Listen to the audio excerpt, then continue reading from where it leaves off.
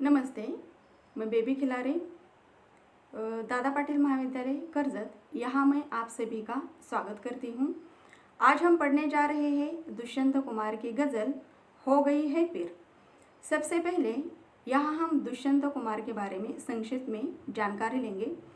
दुष्यंत कुमार का जन्म उत्तर प्रदेश में बिजनौर जनपद की तहसील नजीबाबाद के ग्राम अराजपुर नवादा में हुआ था। जिस समय दुष्यंत कुमार ने साहित्य की दुनिया में अपने कदम रखे, उस समय भोपाल के दो प्रगतिशील शायरों ताज भोपाली तथा कई भोपाली का गज़लों की दुनिया पर राज था।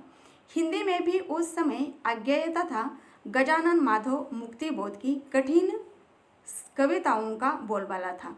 उस समय आम आदमी के लिए नागार्जुन तथा धूमिल जैसे कुछ कवि ही बच गए थे। इस समय सिर्फ 44 वर्ष की जीवन में दुष्यंत कुमार ने अपार ख्याति अर्जित की।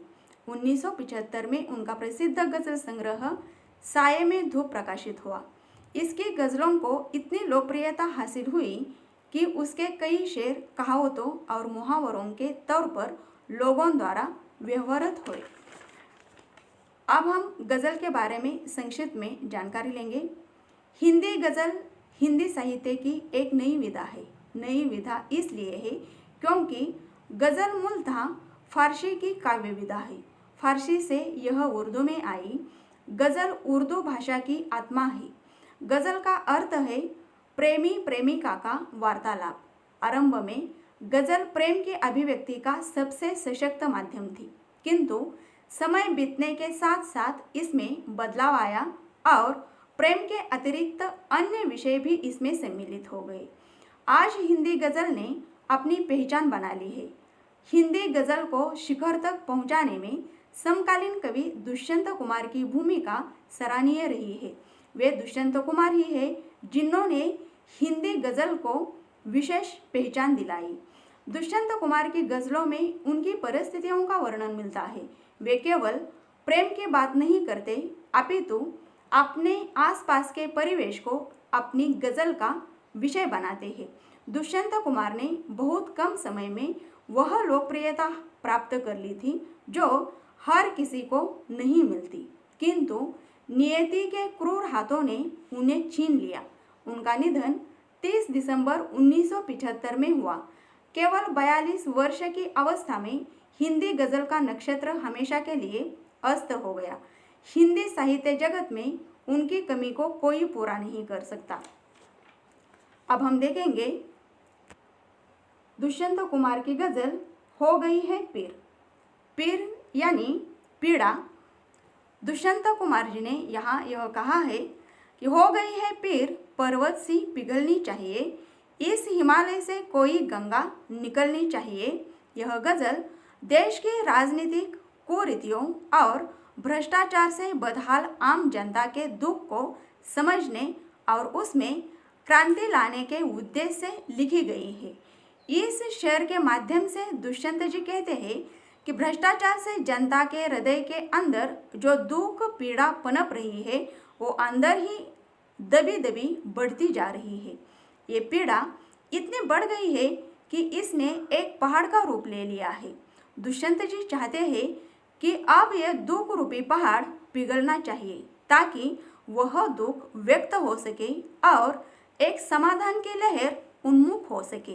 उसके बाद दुष्यंत जी हिमालय और गंगा का दृष्टांत देते हुए कहते हैं कि इस हिमालय से गंगा निकलनी चाहिए। जिस प्रकार गंगा तेज वेग से बहते हुए अपनी प्रबल धारा से आसपास की सारी गंदगी को बहा ले जाती है, उसी प्रकार जनता के दुखों से बने हिमालय से एक ऐसे क्रांति रूपी गंगा बहे जो अपने प्रबल भाव में समाज और राजनीति की सब कुरीतियों और बुराइयों को बहा ले जाए और समाज को फिर से पवित्र कर दे। यहाँ पर एक गौर करने की बात है कि दुखों के पर्वतों की तुलना सबसे ऊंचे पर्वत अर्थात हिमालय से की गई है। ये चीज़ इशारा करती है कि जनता के मन में किस भांति दुख और पीड़ा भर गई है। दुष्यंत जी ने इसी क्रांति के विभिन्न अवयवों को नीचे दी गई गजल के बाकी शेरों के माध्यम से बड़े जोशीले ढंग से व्यक्त किया है। वे आगे कहते हैं, आज यह दीवार पर्दों की तरह हिलने लगी, शर्त लेकिन थी कि ये बुनियाद हिलनी चाहिए।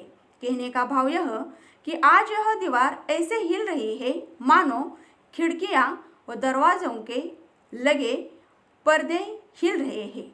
वास्तव में संपूर्ण बुनियाद हिलनी चाहिए ताकि फिर से कुछ नया निर्माण किया जा सके।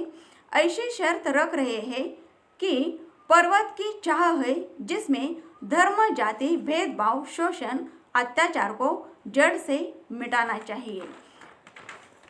कवि ने देशवासियों को जागरण का संदेश देते हुए आमूलचूल परिवर्तन का आह्वान किया है। वे आगे कहते हैं, हर सड़क पर, हर गली में, हर नगर, हर गांव में हाथ लहराते हुए हर लाश चलनी चाहिए। कहने का भाव यह कि कवि कहना चाहते हैं कि इस संसार में दुखी लोगों की पीड़ा पर्वत सी बन गई है। मनुष्य के बीच दीवारें बन गई है, दूरी बढ़ती जा रही है। कवि ने ऐसी प्रगतिपरक विचारधारा इस कविता में भर दी है कि हर प्रांत के हर गली, हर नगर, हर गांव में हाथ लहराते हुए, झूमते हुए धैर्य से चलना चाहिए। दुख में परिवर्तन होना चाहिए। सचमुच देश में प्रगति तभी संभव है जब देश के सभी प्रांत, सभी वर्ग के लोग एकजुट होकर अपने अधिकारों के लिए संघर्ष करें। वे आगे कहते हैं, सिर्फ हंगामा खड़ा करना मेरा मकसद नहीं, सारी कोशिश है कि ये सूरत बदलनी चाहिए। मतलब यह कि समाज को यदि बदलना है तो केवल आवाज़ देने या घोषणा करने से कुछ नहीं होगा। कवि का उद्देश्य सिर्फ हंगामा खड़ा करना नहीं है, तो वे समस्याओं का समाधान चाहते हैं, देश की परिस्थितियां बदलना चाहते हैं, सामंजस्यपूर्ण सुखी जीवन बिताने की व्यवस्था चाहते हैं।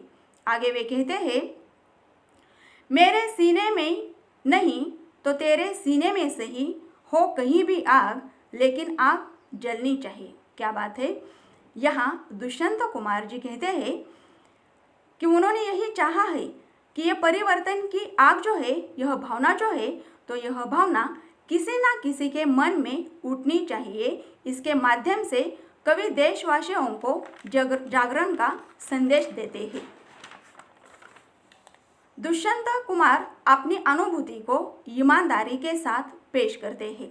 दुष्यंत की चेतना का विकास दरअसल आज़ादी के बाद के स्वप्नों, कठोर हकीकतों, आज़ादी से मोहभंग और जनतंत्र के विरोधाभासों, विसंगतियों और एक ऐसे भारत के बनने का अंग है जहां साम्राज्यवाद, पूंजीवाद और कठोर व्यक्तिवाद का ताना बाना है।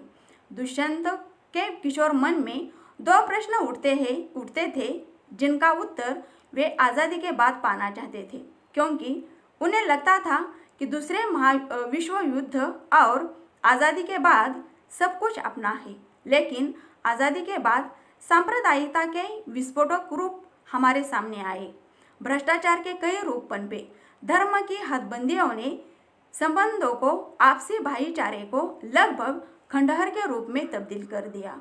भूख, गरीबी, बेकारी, बेबसी, अत्याचार, अंधेरगर्दी, निरक्षरता, असमानता आदि ने हमारी विकास प्रक्रिया को रोक दिया है। दुष्यंत कुमार एक ऐसे समाज की कल्पना करते थे जिसमें कोई अभाव में न रहे, किंतु देश में गरीबी है, लोग अभाव में जीवन व्यतीत कर रहे हैं, उन्हें भरपेट खाने को भी नहीं मिलता। इन परिस्थितियों से दुष्यंत कुमार कराह उठते हैं। धन्यवाद।